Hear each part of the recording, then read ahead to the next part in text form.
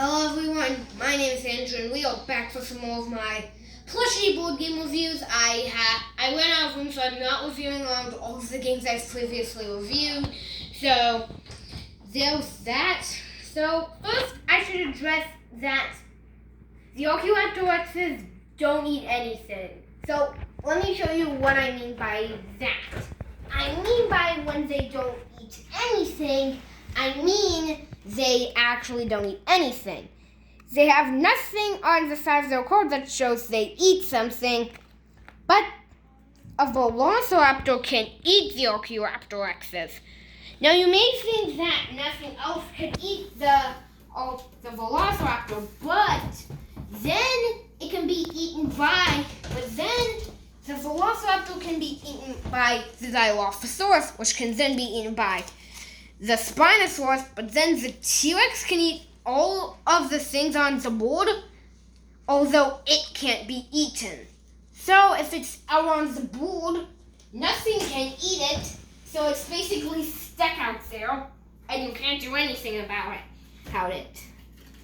So, you spread out all of the Oculaptor cards, and then you give each player 4 Velociraptors, 1 T-Rex, and 2 Dilophosauruses and Spinosauruses. And that's how you set up the game. Now they each have their own tokens, so you can pick a token color, and that's who you're playing as. So Gulp is the purple token, and Totodile is the blue token. Now, let me show you how a turn would work. So, how a turn would work is they'd take this is how my family does it, they'd hold it and then they'd pick a card they'd like to swell out, and then they'd slide it off of the box. Oops, here, let me get another shot. I'm so bad at this. Okay, so it's touching these 3 Oculaptor, so Gulp would get these 3 Oculaptor as points, but now the Velociraptor is stuck on the board until something eats it. Now, let's say Totodile would like to eat the Velociraptor. Then he has any of these choices. So let's say he wanted to send out a Spinosaurus. Well, he'd repeat what he did, but with the Spinosaurus.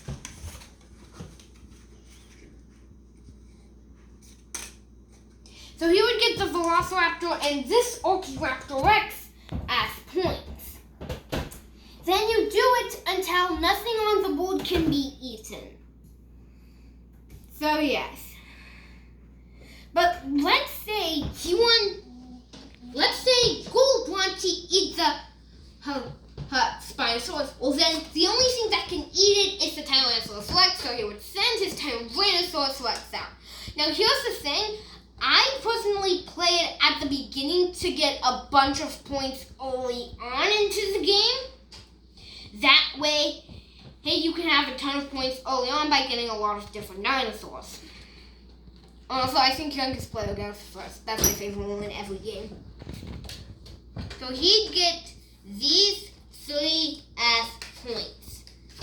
But then, another thing is, you may think the T-Rexes can eat each other, but they can't. The dinosaur of the same species cannot eat each other. I should address that. That a dinosaur of the same kind cannot eat each other. So let's say Jet wanted to swell a Dilophosaurus. Well, then he'd repeat that, which had just happened. So he would get nothing because the T-Rex is touching it. So yeah. Then let's say we want to play another Spinosaurus. Well then he'd get this and this as points. So it'd stay on the board until it gets eaten. But let's say Jet wants to play his T-Rex. Then he'd play it. Then he'd get this and this as points. So you basically just throw out all the dinosaurs until you're completely out and nothing else on the board can be eaten, and then you'd add up your points. So this is 1, 2, 3, 4, 5. 5 points. And Jet has 1, 2, 3, 4, 5, 6, and 7. So Jet would win the game, and that's how you play Dino World. Now, I'd say this is a good game for people who are into dinosaurs, but don't want a too complicated game. This game is fun and is easy to pack because of how small it is.